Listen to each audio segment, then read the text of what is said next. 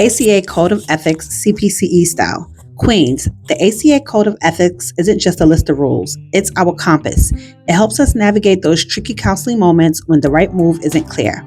The CPCE loves to test how well you know this, so let's break it down in a way that sticks. Ethical decision-making models. Ethics isn't about being perfect, it's about being thoughtful. Two models you'll see on the CPCE. Corey, and Callanan, the 8-step model. Think, ethical steps. Helps you remember the flow. 1. Identify the problem. 2. Apply the ACA Code of Ethics. 3. Determine the nature/dimensions of the dilemma. 4. Generate potential courses of action. 5. Consider consequences. 6. Evaluate selective course of action. 7. Implement. 8. Document everything. Because if it's not written down, it didn't happen.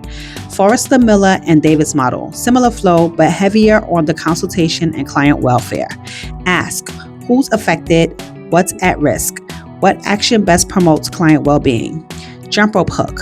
When in doubt, pause. Breathe. Don't tangle the rope. Slow down. Check your ethics before you swing. Informed consent and confidentiality.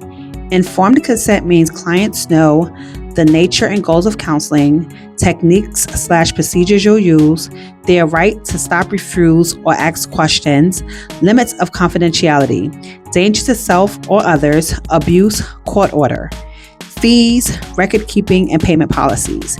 Think of it as no surprises, no secrets. Confidentiality equal protecting client info like it's sacred. Limits include threats to self or others, child and elder abuse, court orders, working with minors. 3. Dual relationships. Avoid them when possible. They blur boundaries. Sexual relationships equal always unethical. Non-sexual dual relationships equal sometimes okay, small towns, cultural overlap. If a romantic relationship ever occurs, wait 5 years and get supervision. Reminder, the client's welfare always comes first. Memory hook. Don't cross your ropes. It'll cause a knot you can't untangle. 4. Cultural competence and awareness. Only practice within your training. Don't freestyle outside of your lane. Seek supervision, training, and consultation when needed. Always protect the client first. Be culturally competent. Integrate awareness, avoid assumptions, and respect differences. Supervision. Obtain informed consent for supervision. Avoid dual relationships with supervisees.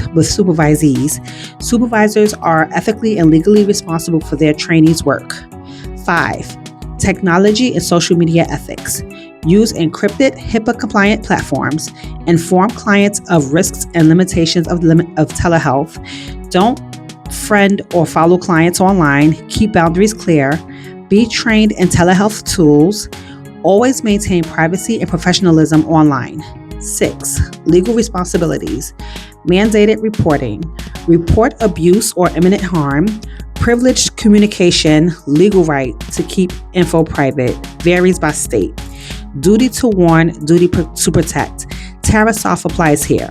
Take reasonable action if someone's safety is at risk. Always document. It's your safety net. 7. Client rights and counselor responsibilities. Clients have the right to informed consent, confidentiality, access to records, non-discrimination, ethical, competent treatment.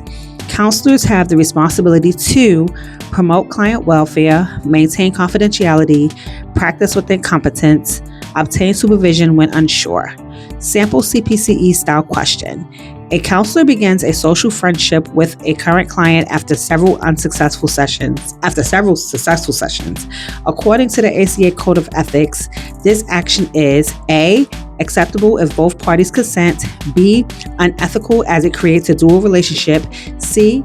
Ethical only if the counselor documents the friendship. Answer B. Always avoid the dual relationships when possible. So Queens, the ACA Code of Ethics is about protecting the client, protecting yourself, and protecting the profession. When in doubt, remember, pause, consult, document, and always put the client first. That's how you stay in rhythm ethically and professionally.